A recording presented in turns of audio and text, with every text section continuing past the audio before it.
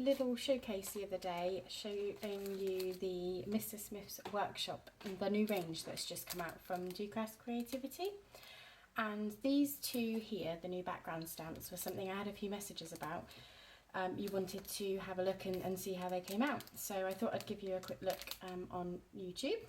This one obviously you can see I've used already, and I'm really pleased with how this one works. It's a really big stamp, so you may well need to either invest in a really large acrylic block, or you can do the technique that I'm going to do in a minute, which I find still gives a really nice effect. This one here is just so I can remind myself what it looks like.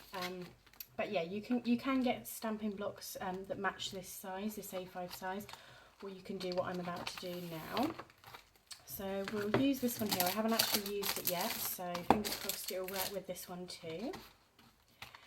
The other good thing about these new creativity stamps is they already come in the pockets, which fit really well into the storage that I did a showcase on not long ago, the stamp storage folders. There we go. So I always keep onto that second piece of acetate. I'll put that into there as well.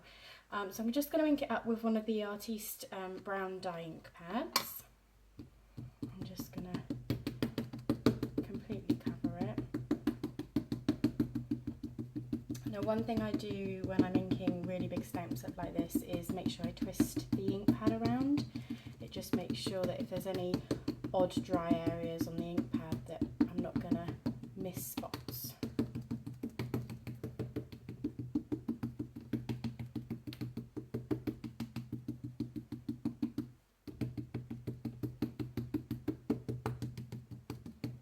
Now obviously if you are only going to use a small portion of this, you wouldn't have to ink up the whole thing each time. You could just ink up, say, a corner and then just stamp using that corner and leave the rest blank.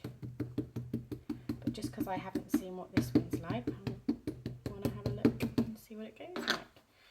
Okay, so I've got a piece here. I don't know if that's going to be quite big enough, so what I might do is just hit the scrap piece underneath.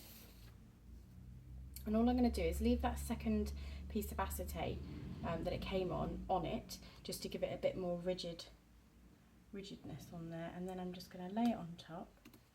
Now you could stand up and press really hard, or you could use what I'm going to use here, which is a very large roller, and roll out. Now sometimes, depending on the stamp, this can move the image around a little bit, but with a background like this it shouldn't make too much of a difference. Let's have a see. Wow, I'm really happy with that. You can see slight movement at the bottom here where I haven't held onto it properly, but from there up you can see very clearly a really perfect image. I love that. And the other good thing is you could actually get your watercolours out once it's dry and go through over it. You could heat emboss that, and then when you use your watercolours and colour in, it's not going to affect the outline. But I think that's beautiful. I really like that one. And as you can see, I've already done the other one here. So that's how the brickwork one comes out. So hopefully that's helped and given you a bit of an overview of the woodwork and the brickwork, the new stamps from Docrafts. Any questions, as always, just give me a shout.